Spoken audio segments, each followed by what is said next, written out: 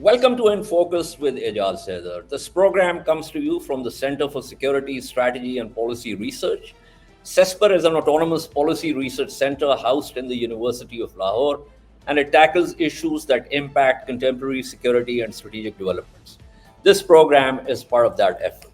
Now, we're going to discuss something about Ukraine in this episode. And because the Russo-Ukraine war is dragged on now in its third year, with Russia gaining an advantage over Ukraine in terms of sustaining the war despite Ukraine's dogged resistance, it's important to go back in history to what I think can safely be described as two inflection points.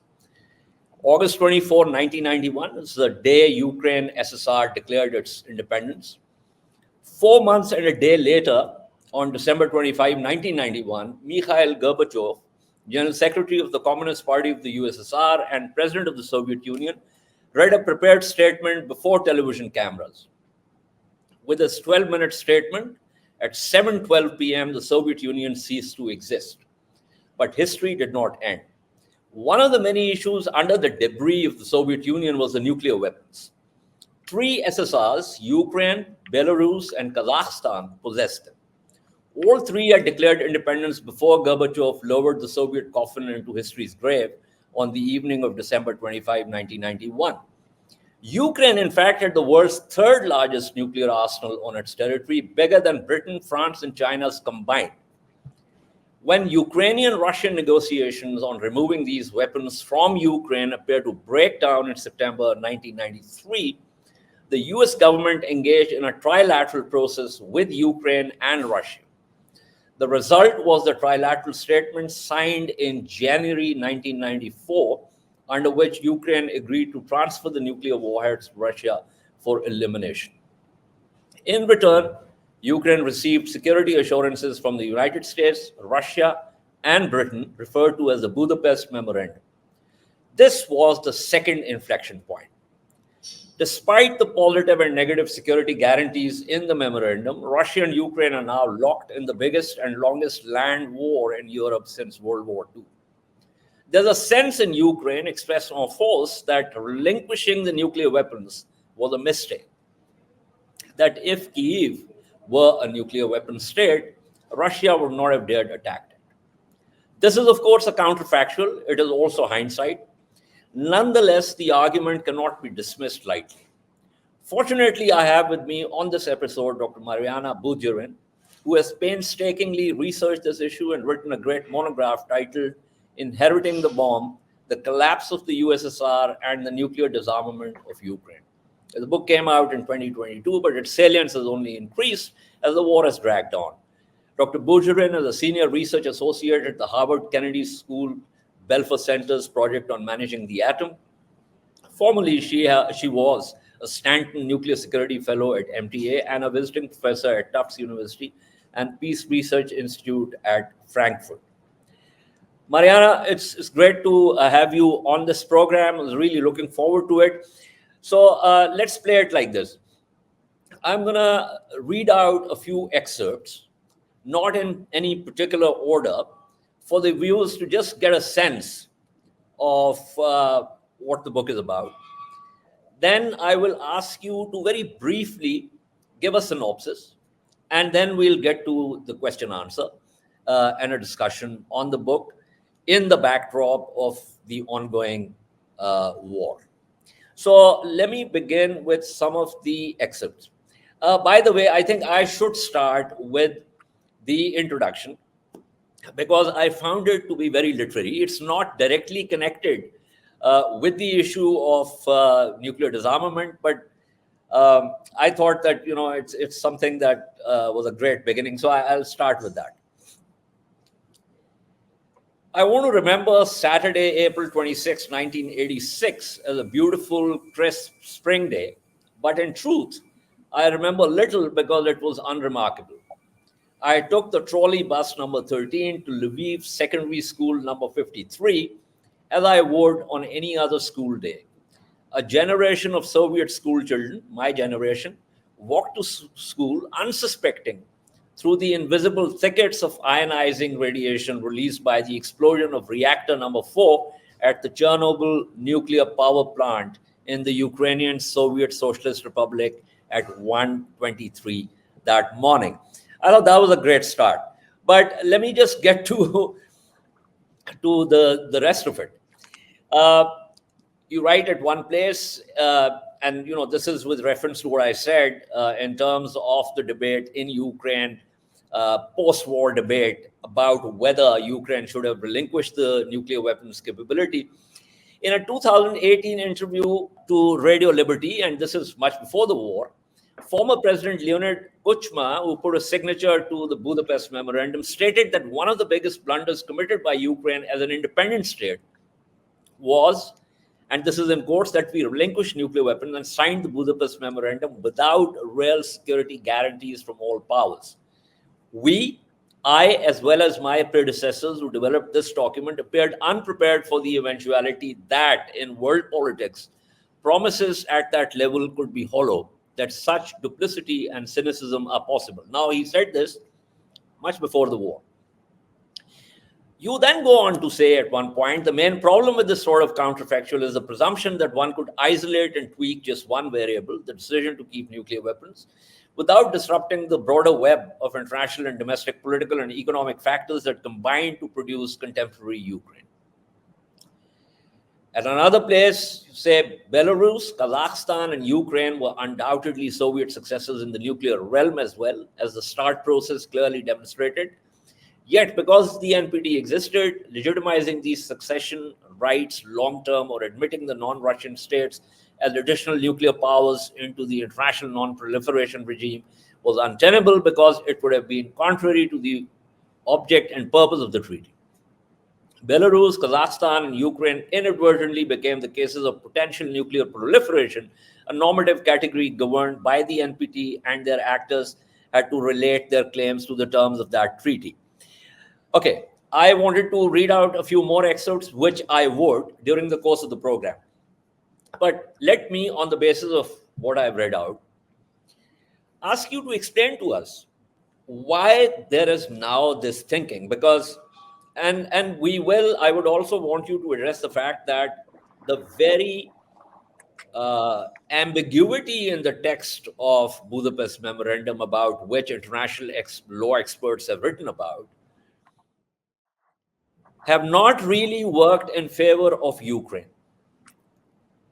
And there is also this debate about whether, although Ukraine deposited it as a treaty with the United Nations, the fact of the matter is that many detractors and many other experts do not regard it as a treaty. It's more like a political commitment rather than a treaty which can then be talked about or which can then be worked through as part of international law agreements.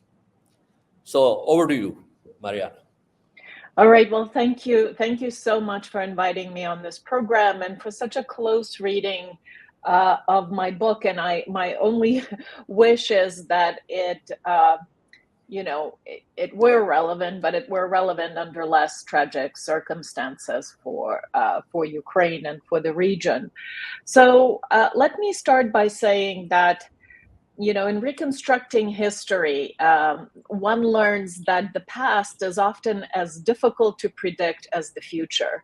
And a historian must at all costs avoid what is called presentism, as applying the knowledge that we know now, the categories and the merits of the current moment, projecting them back into the past and trying to evaluate the correctness or the soundness of decisions back in those days based on what we know today. And I think part of my endeavor in the book is to show just how difficult this decision was for the Ukrainian leaders back in the day, where it was not clear at all whether this nuclear inheritance was an asset or was it a liability for this new Ukrainian state. What Ukraine had inherited in 1991 was not a fully fledged nuclear deterrent that it could readily use or recalibrate somehow easily to use against a new potential adversary. it was remnants of a nuclear arsenal developed by a different country, the Soviet Union, for a different strategic purpose, which is to deter NATO and Western countries. Now, once the geopolitical tectonic plates shifted under this arsenal that found itself suddenly on the territory of independent Ukraine, there was a different security predicament, and it was far from clear whether this nuclear inheritance was going to be useful for this new security predicament that Ukraine faced. There was awareness of a potential Russian threat, of course, not to anywhere closer to the extent that we now know there probably should have been. But nobody in that moment could have seen that far into the future and predicted that Russia would venture out to start this full-fledged war against Ukraine. In fact, only 3 years ago, in the lead up to the invasion, few people doubted it was possible, and there would have been very real costs back in the day, in the early 90s, for the Ukrainian leaders to transform this nuclear inheritance into the kind of nuclear deterrent that could be functional, could be, quote unquote, useful. And Ukrainian leaders at the time, they did consider options, that Ukraine did have agency in the matter and did have choices, but from where I can see it, they made a prudent choice under the conditions and given the knowledge that they had. So one of the kind of my tasks and my hopes for the book, that we would judge kindly the leaders that made those decisions in the past. That is not to say that, politicians don't make decisions, and now we wish perhaps things would have been otherwise, with the benefit of hindsight. Regarding the Budapest Memorandum, Ukrainians did make a concerted attempt to negotiate more, but more robust, legally binding security guarantees in a treaty format. There is a draft treaty on security guarantees in the Ukrainian archives. The problem was that Ukraine's interlocutors, the United States and Russia, refused to sign such a legally binding document. For the United States, that meant that anything that's a treaty would have had to go to the Congress, and the president would have had to spend, political capital trying to engage with the Congress, trying to convince them to give consent for ratification. And, the United States at the time was a very powerful state. It was this unipolar moment. And Russia as well had quite a bit of leverage over Ukraine in terms of energy supplies, economic interdependence, so forth. And so those two powerful states could achieve their goals with Ukraine without having to go the extra mile of pledging something they were unsure they wanted to pledge, which is extra security commitments to this new country that nobody really knew, how its development was going to go, what its role in this new Europe was going to be. And so it came easy to the great powers. It was still an achievement, I believe, for Ukraine, because the alternative was not getting something more robust, but getting nothing at all under the circumstances. So it was an achievement for Ukraine. I think where the failures or perhaps shortcomings came was to believe that once you sign something that's even a political document, and certainly with the signatures of heads of states, of very important states, the three NPT depository states, the United States, United Kingdom, and the Russian Federation. It's not a trifling matter to have presidents sign a document at that level, but to believe perhaps on the part of Ukrainians that those signatures were sufficient, that a document that's a page and a half long would somehow suffice as any sort of security commitment to Ukraine. Not that it was insignificant, but in international relations, a more prudent way to think about these documents is that they are what actors make of them. right? Treaties are what we make of them as well. So there should have been an operationalization of that document. It should have been imbued with more substance subsequently. And let me just add a final point. That was perhaps before 2014 and the annexation of Crimea. That was Ukraine's shortfalling of not being proactive enough to follow up on the promise of this document. After 2014, it was really the other signatories in 2014, after the Budapest Memorandum and its pledges were breached by one of the signatories, the Russian Federation. The other signatories chose, and that was a choice. They chose a very minimalistic interpretation of what their obligations might have been under those circumstances. And they did not invoke the document, even the military aid, modest though it was, that was provided to Ukraine by the United States in the years between 2014 and 2022, was not couched, was not framed as part of fulfilling these Budapest Memorandum commitments.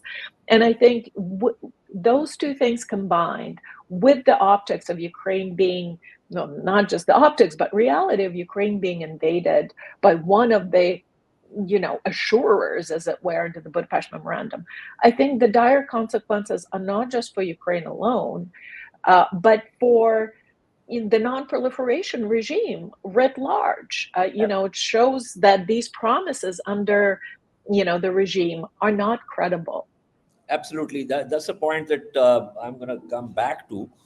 But I just pulled out an old book, Preventive Defense by Ashton Carter and William Perry. And I was just looking at it, and I think I picked it up. Let me see. Because I have always, April 8, 1999, from the Brookings bookshop. And says, the U.S. effort to open security relations with the Eastern European and former Soviet states, both bilaterally and through the Partnership for Peace, has already borne fruit. Ironic.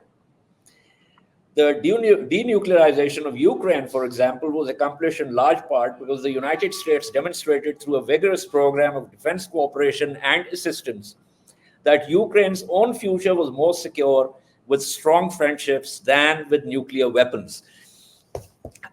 Deeply ironic. And I completely agree with you that, it's not entirely a feasible exercise to go back in time and say, well, hindsight is 2020. And the negotiators at that time were obviously dealing with multiple variables, pressures, and the rest of it. Nonetheless, this is 1994. And this is when this entire idea of eastward NATO expansion is being talked about. Václav Havel and others, and the US is not at that time particularly interested in it, which is why Partnership for Peace program was some kind of a, if you will, a modus vivendi. But the talk had started, and the Russians were taking note. And I don't know if the Ukrainian leadership at that time was aware of how Russia would react to this. Because, and if we fast forward, but still, wind back to, let's say, 2008, George Bush II in Kyiv talks about Georgia and Ukraine as being pulled in as NATO members. Within 2 months, Russia foments trouble in Georgia.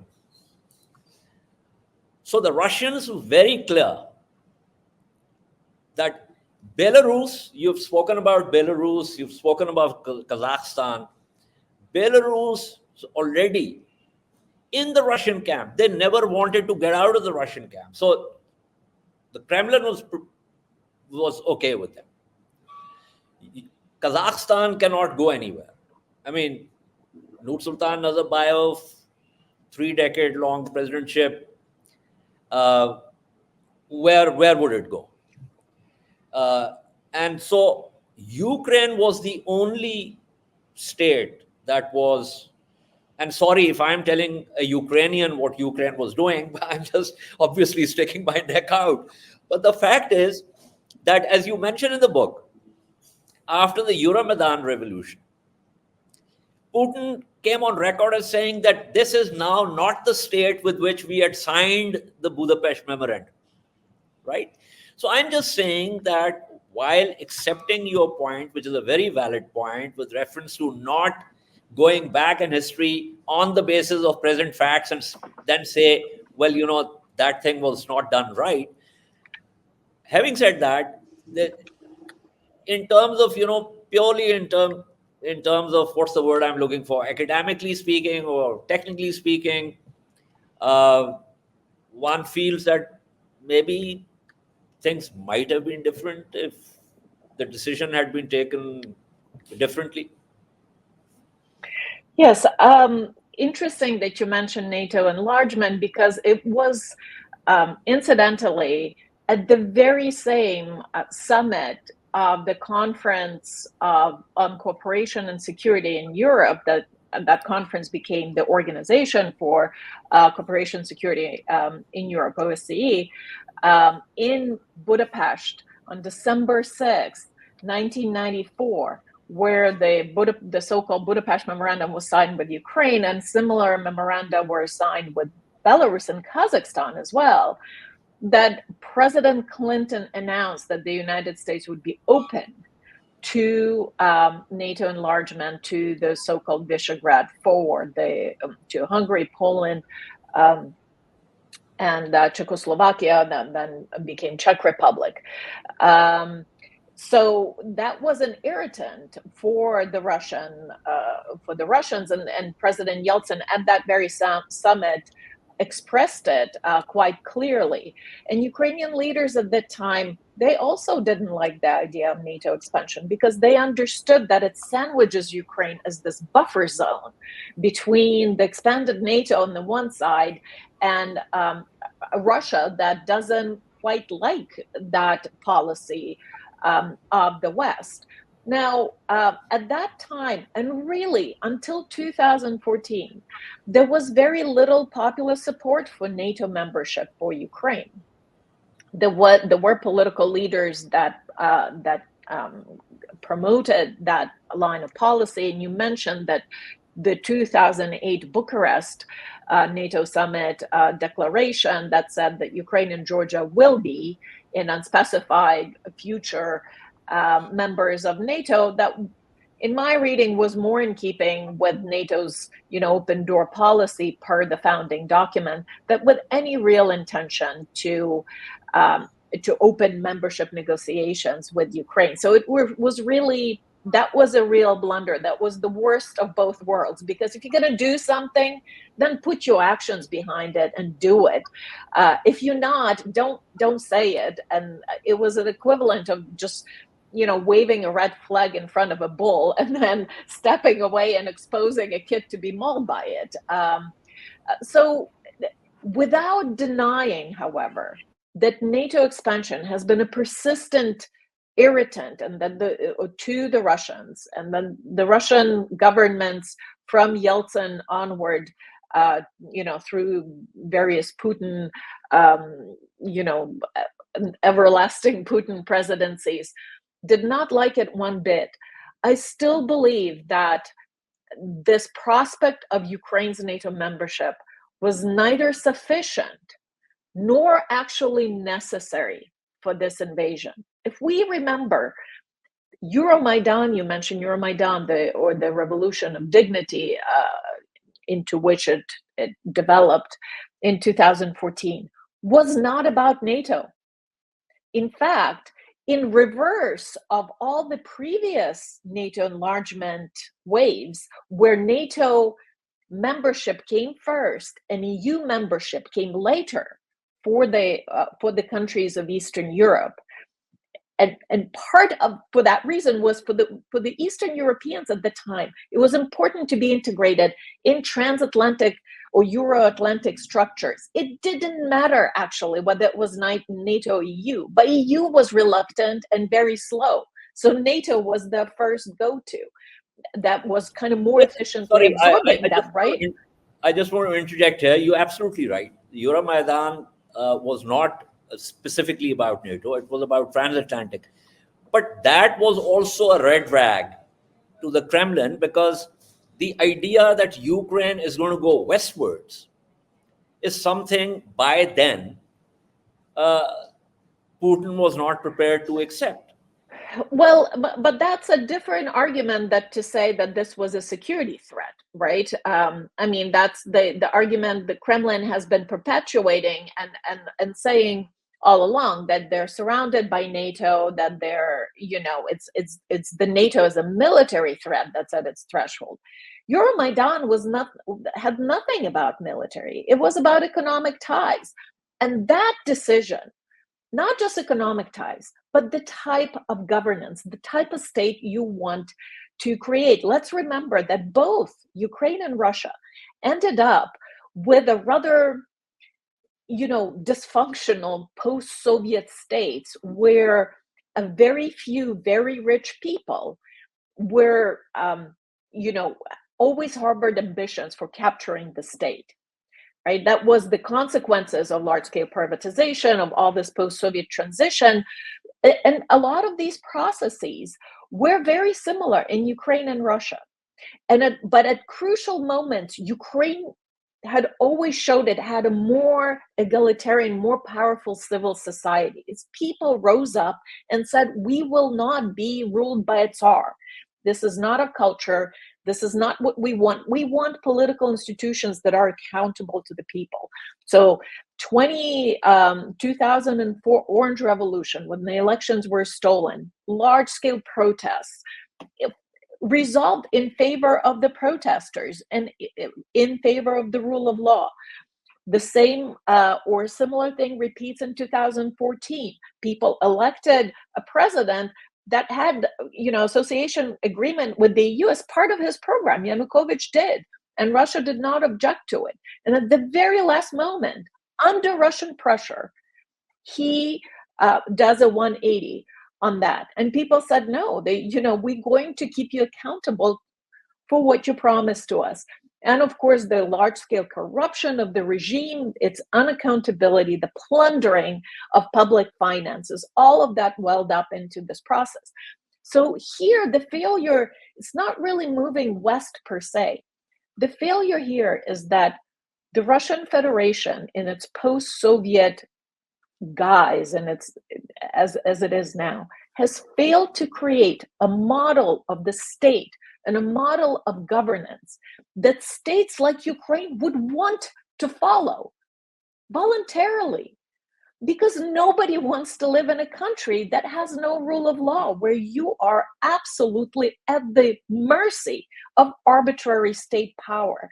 That is not sustainable. And the Ukrainians made that call. Now, of course, the Kremlin didn't like it, because that would have been a very unfortunate precedent. And there was already,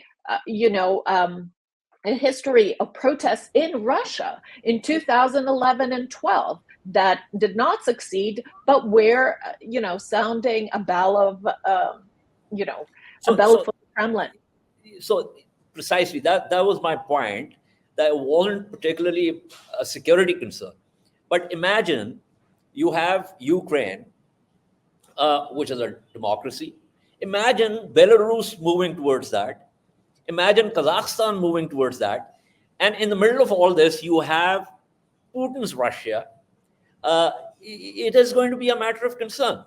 But I want to just go back to a short excerpt from your book in terms of the conflict, which surely will play out in the minds of all Ukrainians. You're an historian also, despite the fact that, you don't want to go back in time and apply today's imperatives onto decisions taken in the past.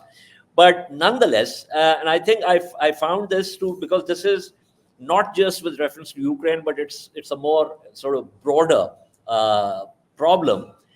and you say that Ukraine is offering a lesson in what happens to a country when it is not protected by a nuclear deterrence. Even if Ukraine wins, whatever that might mean, the cost of victory measured in lost lives and livelihoods will be staggering. So clearly, this thought is crossing your mind, like it would the minds of many other Ukrainians. Given this, I want you to project into the future. Now, the situation that we have right now on the nearly 960-mile long front, the Russians have more numbers, more guns, more drones, more aircraft, more missiles, more rockets. And at the end of the day, in a war of attrition, historically speaking, operationally speaking, it's the numbers that begin to count. And there is also the issue of politics. In November, the United States is going to have the presidential elections. And there is no guarantee that if Mr. Trump returns to the White House, that he will follow the policy adopted by President Biden. Once that happens, despite this desire by Germany and France and the UK to keep supporting Ukraine, they just don't have enough in the coffers to do that. You also have Serbia, Hungary, Slovakia, which are not particularly happy helping Ukraine. So what I'm saying is that the geopolitical chessboard is likely to be very different. How do you, as an historian, as a Ukrainian scholar, look at the situation and project how it's likely to unfold? As you say, I'm not a clairvoyant. I'm just a human being. But a few thoughts on this question. One, certainly, Russia has far greater resources than Ukraine. And Ukraine relies to a great degree to be able to sustain the fight to a very large degree on Western assistance, both military but also financial for sustaining public services and budget injections. But we also know from history that even really powerful states, overwhelmingly militarily superior, like the United States, can suffer strategic defeat in wars of choice. We know the history of Vietnam. We've seen what happened in Afghanistan after 10 years and billions, trillions dollars poured into that country. Russian situation might be somewhat different because perhaps, it's contiguous territory. They can just, take chunks and integrate it into the Russian Federation. But I would just sound a modest note of caution as to, kind of cost-free presumption that wars are also somehow cost-free, even for a larger, more powerful state. The political uncertainty that we might be facing following the November elections in the United States is a very real concern, not just for Ukraine, but for everyone, really. Europe, NATO, South Asia, the world over. When you have this sort of uncertainty and unpredictability obtained in the world's most powerful country that has, such an outsized impact for good and for bad across the world, this is not an encouraging situation. Especially when the Americans have to choose, going by the first debate, when they have to choose between Mr. Biden, who's who's not there. Indeed. I mean, we just had the debate last night, and it did not go. Who has never Yeah. spoken a true word in his life, perhaps, which is obviously a tragedy. But this is also to say, as a historian, we look at this very large variable, right? And we know it's going to set all sorts of things. Let's say if Donald Trump is elected, it's going to send all sorts of ripples across international system, and we really don't know how all of those ripples will play out, how they will combine, what kind of forces they will empower, what kind of constraints they will impose. So I think we will be in for a very unstable period in international relations, and at that point, a number of things could happen. Short term, it would certainly be very painful for Ukraine, but medium term, it remains to be seen. Okay. As a minor student of operational strategy, might I present a scenario to you?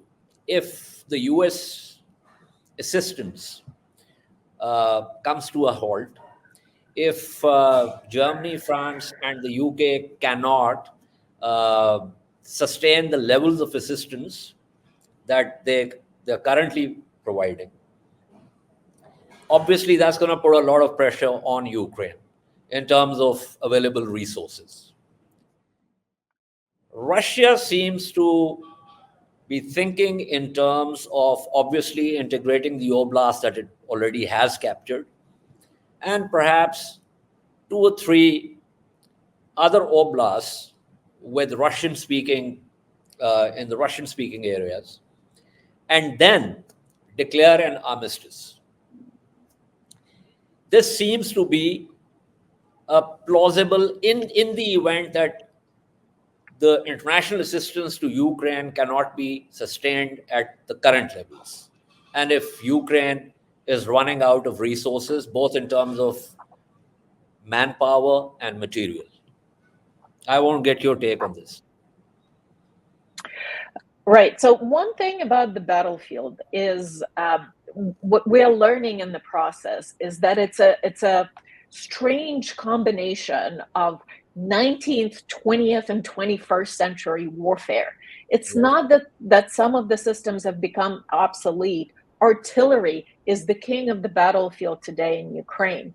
Large mechanized maneuvers and all of that.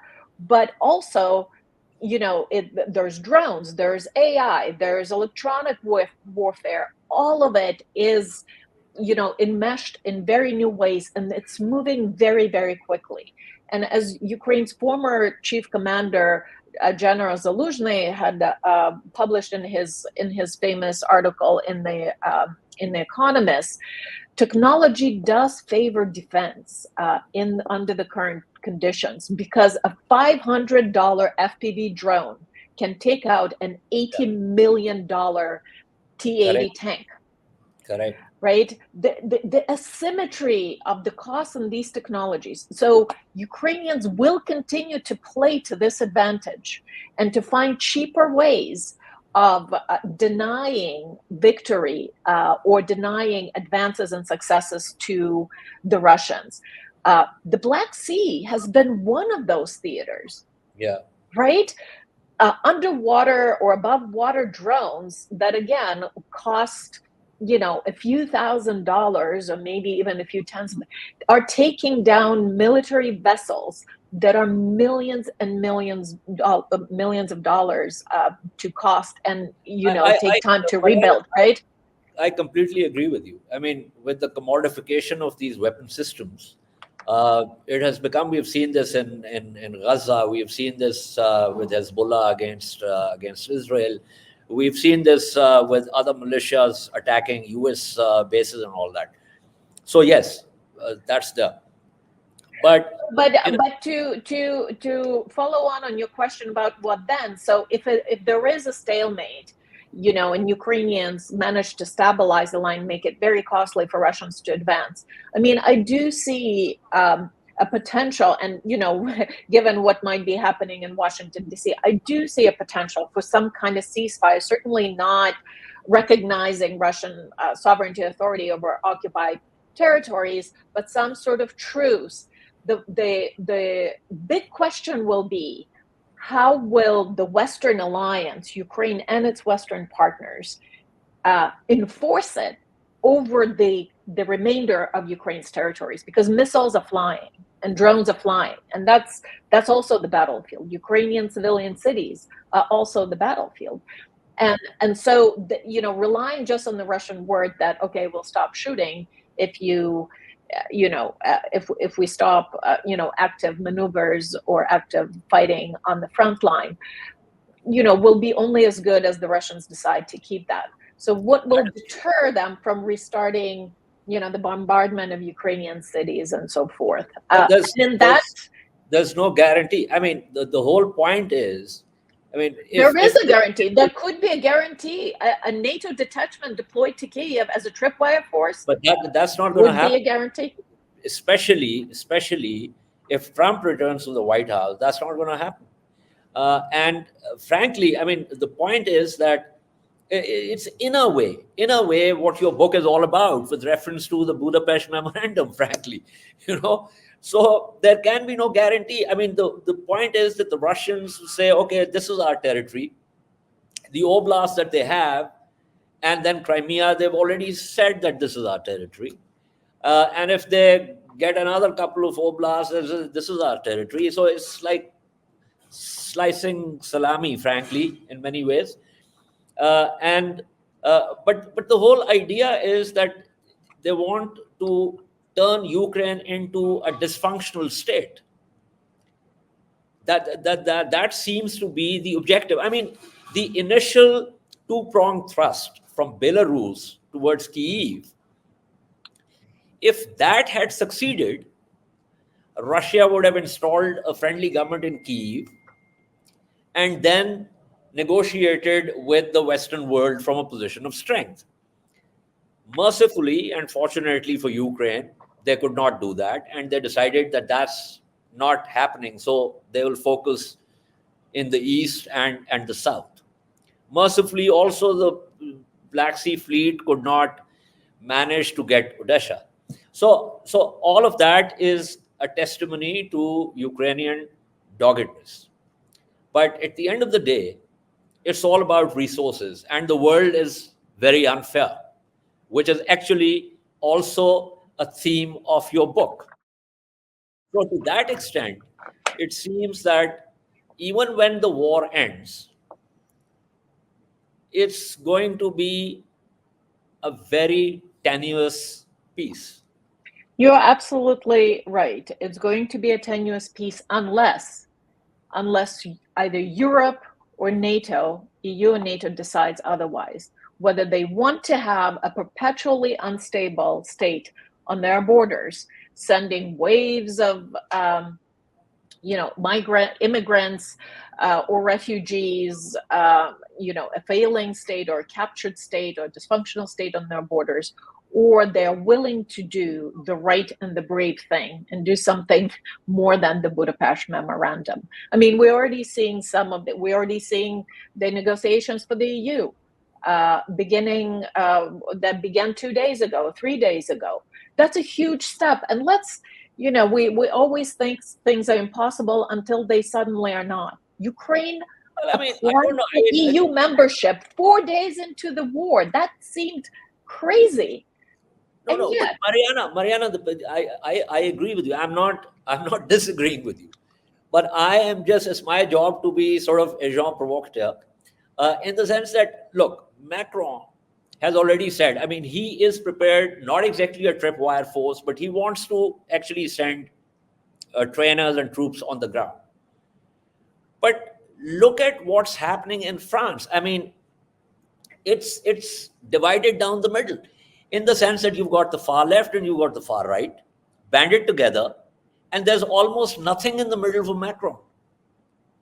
So the domestic politics of these countries are also going to have a very significant impact on how they approach the Russo-Ukrainian war.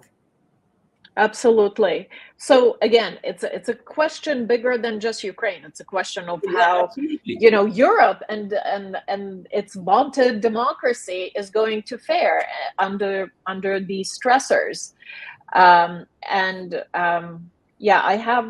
have no good answer to it other than trying and remain optimistic and trying to hope that there will be a lot of steps back, but perhaps that steps forward will outnumber the backtracking. Thank you, Mariana. It was great having you. It was a pleasure. And I'm happy that I must also thank Ali Jafri for having arranged this episode. Thank you so much. It was a pleasure to talk to you. This is all from this episode. If you like the discussion, click on the subscribe button. That helps us bring you quality discussions.